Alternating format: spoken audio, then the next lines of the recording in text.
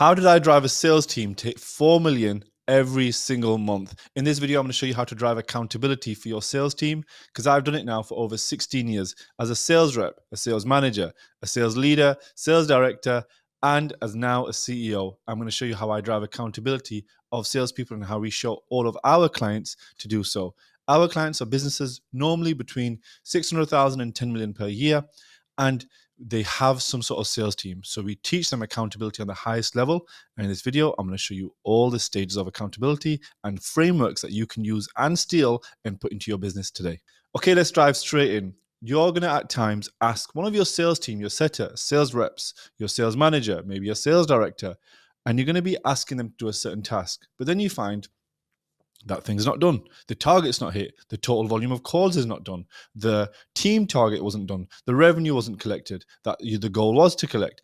Why is it that it doesn't happen? And when you tell them, is it going to be done? Can you make sure you do it? They still don't do it. But how do you actually fix that problem? Because within sales, you have to understand salespeople can often turn reactive. They can just react to what's coming in that day. So if you've got a bunch of traffic coming into your CRM, and the leads get in there, now you have to make sure your setters are accountable for calling them as quickly as possible. You are also going to make sure they're accountable for ensuring the show up rate is right and they say the right things. You got to make sure your sales rep is doing the right job on the call, is not only diagnosing and finding the problem and selling and collecting as much money in full. You got to make sure they're accountable to do so. You got to make sure your sales manager, if you have someone like that in your business, is accountable for coaching, developing, training the team, as well as driving the overall team budget.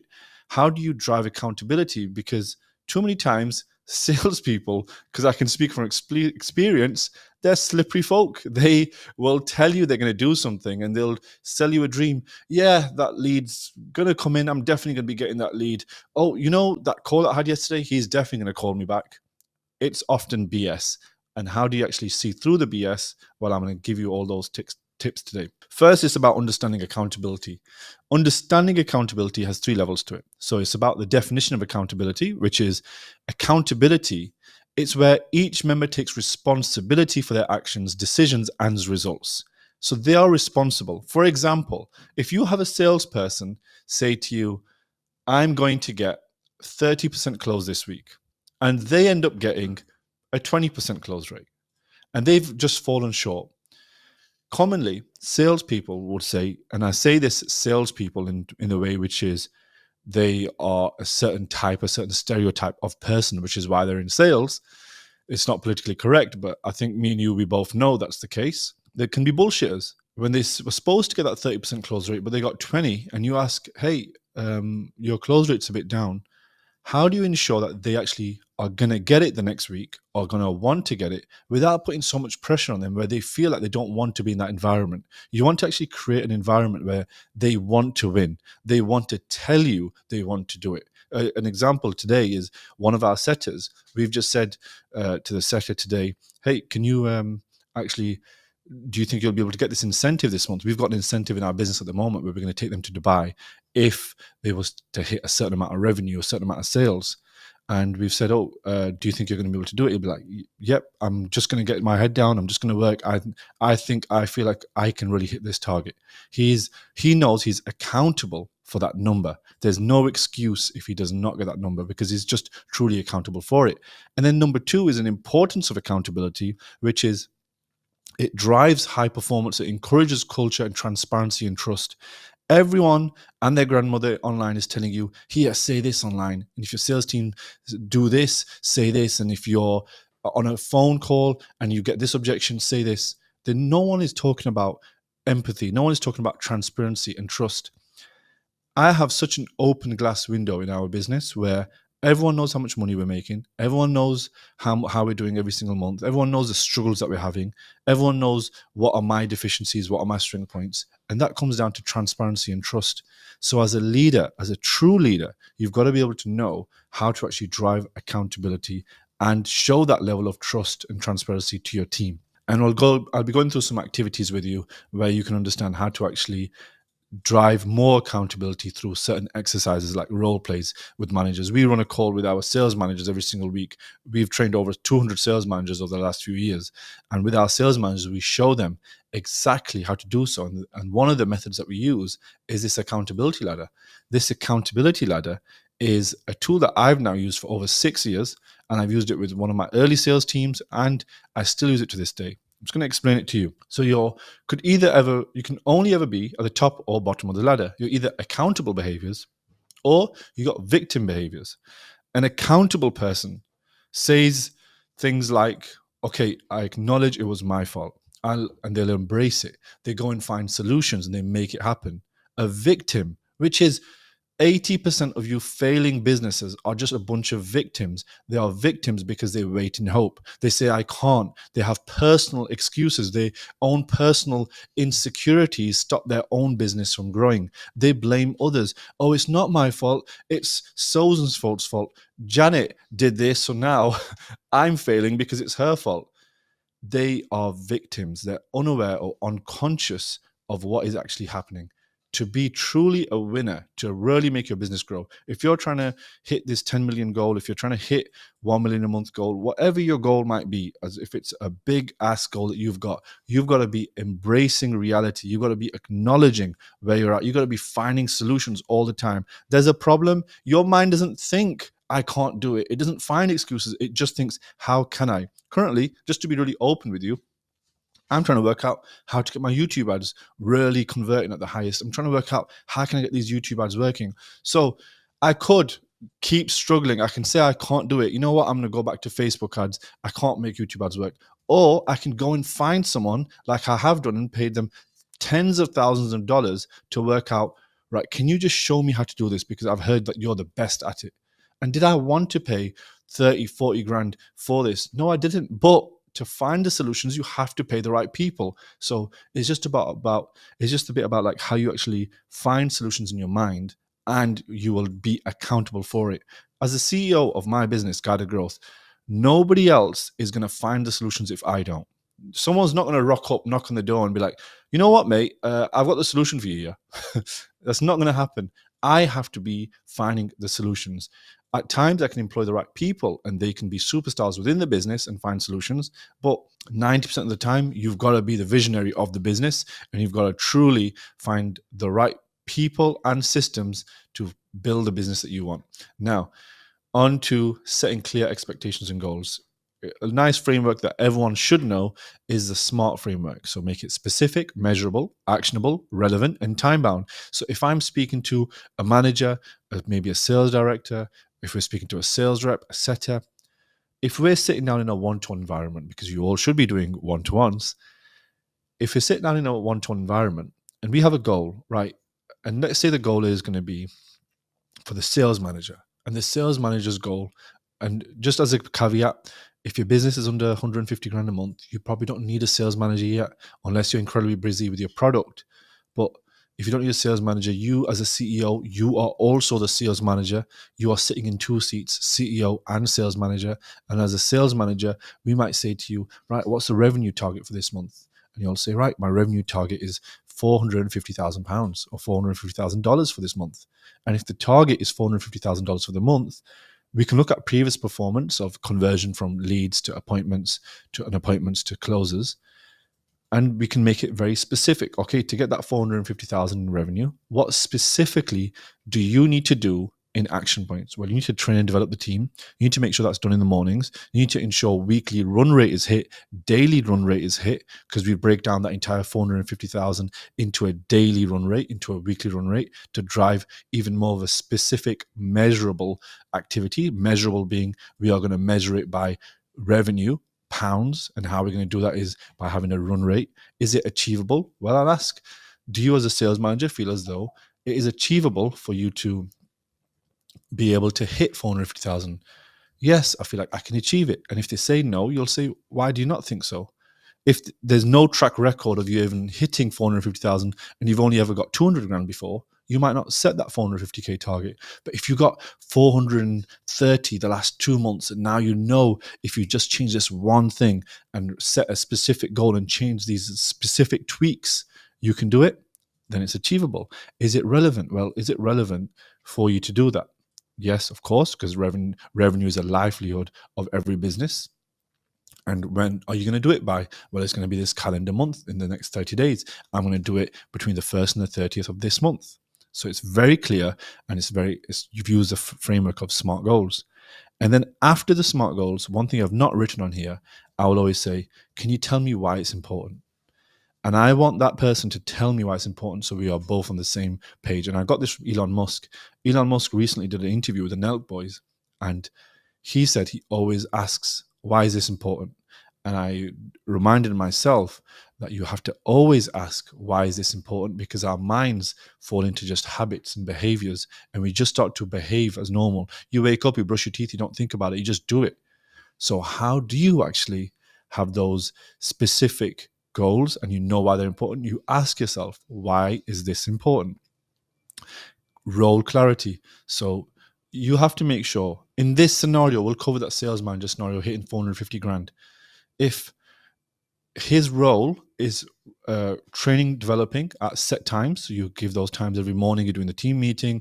At Fridays at 4 o'clock, you're going to be running an additional training session. You're going to be doing role plays, one-to-ones throughout the week. What are those responsibilities? Does that person know? Are they written down in a clear scorecard in a KPIs? We actually, with every business we work with, we build out a KPI sheet and a scorecard for them. It's the first thing we do. Where most people go out and just recruit a sales rep, the first thing that we do is we make sure, can you show us the KPIs for that job? Great. And now use our framework of how we do KPIs and watch our training. And then this is how you'll actually be able to get someone in, and they'll hit the ground running because they'll know what's expected. And then you deter all the shitty people that aren't supposed to be there with you because they see the big target. A sales rep might be accountable for a specific number, calls per day or meetings per schedule that need to be scheduled per week, or sales that need to be closed. They need to have clarity in their role. Communication expectations. Communication is where you will say, how often are we going to speak about this? So we're going to speak about this goal of 450,000. I'm going to be speaking to you about it on our Monday meetings, and I might hit you up in the week and just say, how are you doing for your goal? How's the run rate today? So you make it very clear on the expectations of your communication. And this drives accountability. Just to drive home the point again, the point of all this is to drive accountability with your team. So you're very clear, transparent, and you have a lot of trust with them. And that transparency of how much I'm going to be communicating with you. You know, I often speaking to a lot of managers and CEOs, and they'll say, I feel nervous because I don't want my team to feel like they are being micromanaged by me. And it's a very, very valid point. You don't want your team to feel micromanaged. So, when there's times where I feel like I'm micromanaging someone and I don't want to, I never want to overly watch them. I never want them to feel like that. What do I say? Well, I'll simply say, there's probably this week you're going to feel like I'm micromanaging you a bit, but I promise you it's not the case. It's just because I'm trying to do this with you and I want to give you the right attention. Is that okay? Great. And that's when I'll say, because when I'm feeling conscious about, am I micromanaging this person too heavily? So that's a great little tip for you to actually use that. On to the next one. So we're going to be going on to performance monitoring and providing feedback. This is my own framework. I actually came up with this framework today. And the framework that I actually came up with was the FFF framework, which is find, fact, and feedback. So I'll explain this framework to you on how you can actually use it to drive accountability and monitor performance with your team. So first you find, this is where you have regular check-ins with your team members. So let's say it's a sales manager. We'll keep the example the same. And I'm going to say to the sales manager, what support do you need? How much do you need check-in support do you need from me? How are you doing for your role? I go and find everything that they need. So what do you need? Find. So you'll find all the support and activities that they need to hit the target. Then for facts, I use real-time monitoring.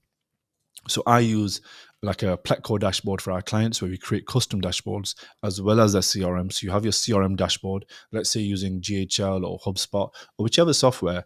I love HubSpot because the amount of dashboards and custom dashboards you can make. Like one of our favorite metrics at the moment is dollar per call. So if I've taken 10 sales calls and out those 10 sales calls, I close 10 grand in each call, I know my dollar per call is going to be $10,000 because if I closed 10 calls at $10,000, my dollar per call is $10,000. So I know each call is worth $1,000. And as a metric, as you grow, you can work on that dollar per call so your sales team's efficiency can be the highest. But back to the point of, you will ensure that you're finding the facts through your own data. So you match the find with your people with asking the right questions, as well as you knowing the facts. And then the feedback is where you provide feedback to them, and it's constructive feedback in a framework that you can use, a framework which is more like shit sandwich, positive, give them the shit, then another positive, or you can use many of the frameworks. And if that's something that you want to learn more about how to give feedback, and you want to learn some of the frameworks for it, just comment below feedback, and I can make that video. I will have it up in the next 7 to 10 days if that's something that you're interested in. So if I use this framework where I find the facts, where I check in with the person and I check what support they need from me, and then I find the facts where I use a CRM for monitoring and I have clear data, then I ask for feedback on how they're doing and what support they need from me. If I use those three things, it will often create the environment where they are getting the right support and they have the right level of trust with me, where they know they're going to be able to succeed. And I link everything back to them winning. So let's say your sales manager's target is 450,000 for the month and he's going to get 3% commission. You also want to tie it back to him getting that commission. So how are you going to get that $13,500 or pounds for you hitting that month of 450? And our sales manager, who's on like a base of 4,000 and he's getting 13 and a half grand, that's a killer wage. How do you give that killer wage and that salary and that commission to a sales manager and make sure they want to achieve it? Where you link all of these things that I'm showing you to also them getting their commission, and you know their deeper goals and desires, just like you would on a sales call. You know their deeper desires and how you link them towards them hitting their target. It's a great way to drive accountability. Creating a culture of accountability is super important in your business because you lead by example. I do everything by example. If I am expecting my team to do a certain task, they should expect me to do it as well. So if I ask my sales team, hey, I want you to be closing at this level, I want you to close like this, I make sure that I'm able to do it too. So it's not just a skill thing. You can hire people with different skills, but often you want to make sure that you live and breathe that level of leading by example. So if you ask your team members, right, I want you to always not leave work early and I want you to be at work till 6 p.m., you can't be just leaving 5 minutes early yourself. You got to be staying over because you are leading by example. Encourage peer accountability. I know because for the last 10 years, we've had our training centers here in London and we get companies coming down. And when I see other sales reps, other sales managers give each other accountability within the business, then I know that's a great environment, great culture. So where others, peers, are giving themselves accountability, where a sales rep is giving another sales rep accountability for their target. That's a great culture that you want in your business. So encourage peer accountability, promote open communication. Obviously goes without saying, you want to make sure that the team are all communicating and actually talking to each other and actually can ask each other for help. When I go into a sales office, and I used to actually travel to sales offices and work on teams individually, and I would see others not communicating, I would know that's one bottleneck why they've got it. And we also celebrate. I am not very good at celebrating. I need to remind myself to celebrate. So when we hit a milestone every single month, we need to have a reminder to celebrate, because I often will just move on to the next goal and not even appreciate that the goal has been hit or not hit. We just move on and think of the next goal. Oh, I hit 500K in the month. Now I want to hit 1 million a month. It's just you remove the goalpost, but we don't celebrate accountability. And that's something important to do. And then using the right tools. So ensure that you've got CRMs, dashboards, performance scorecards, and automated reminders and alerts. These three things are more of the tech side. So the rest of the video is all showing you on the people side what you need to do. But on the system side, you need to also make sure this is there, because CRM and dashboards are just extremely important tools for a CEO or a sales manager. You want to make sure that you've got all those, that you're using them. If you wake up in the morning, I'll be honest, the first thing I do in the morning is I check my bank account, because I want to see and feel the flow of money. That's something that I stole from Hormozy, because he said that he does that every morning years ago. Nick that straight away, because I was like, I'm going to do that. And then you realize, oh, my bank account's not moved today. I'm doing something wrong. I need to do a money-making activity. So it's a great way to actually drive accountability for yourself. And then I look at this dashboard every morning. First dashboard I look at is a CRM dashboard. The next dashboard I look at is my ClickUp dashboard. So I have all the data and tools that I need. And then I have scorecards for everything. Like this YouTube video sits in a content scorecard, and we make sure that we look at that content scorecard every single day. That's something that we're actually going to be posting in our community group. So if you see the link below in our guided growth community, you'll see that we're going to be posting how we actually use our content scorecard to grow our content. So that's something you can get for free. If you just join the group and you comment content scorecard when you join, we'll send that to you straight away. Someone from our community managers will get that over to you. And then automated reminders and alerts. I just make sure I use ClickUp. So it's really simple to have ClickUp set up where I can actually have reminders for myself on what projects I'm working with. And just on the final run here, handling accountability issues is what most people struggle with because they don't know how to drive accountability. And if you just use this framework where you identify the problem, and then after you identify the problem, you have a candid conversation with a person. You know how to have a respectful, private conversation with that person, and then you understand the root cause. What is stopping you? What is blocking you? Is it because you don't know? Is it because you didn't know I want you to do it? Is it you don't know when to do it? And you learn what is the root cause. After, you create an action plan using the specific model that I showed you earlier on, and then you follow up with them on that specific target. So if you just have a simple framework on how you give people tasks, you'll be able to make sure that your team are actually hitting them far more efficiently. Something that we're doing at the moment is we are having 3 marketing meetings a week because our YouTube was moving a lot slower.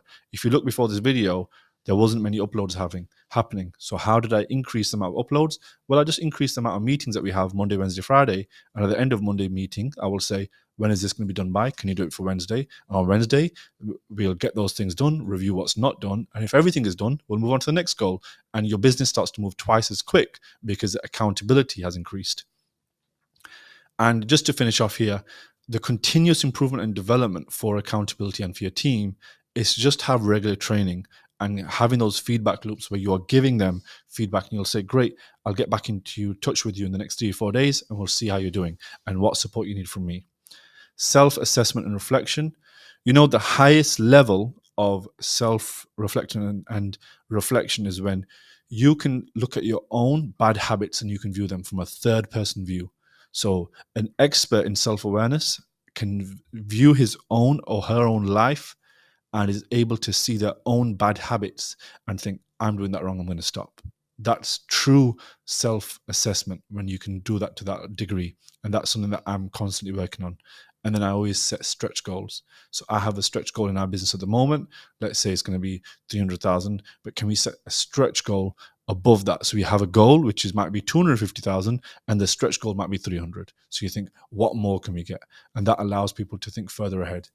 Our setter's goal is to set 4 sales from cold DMs this month.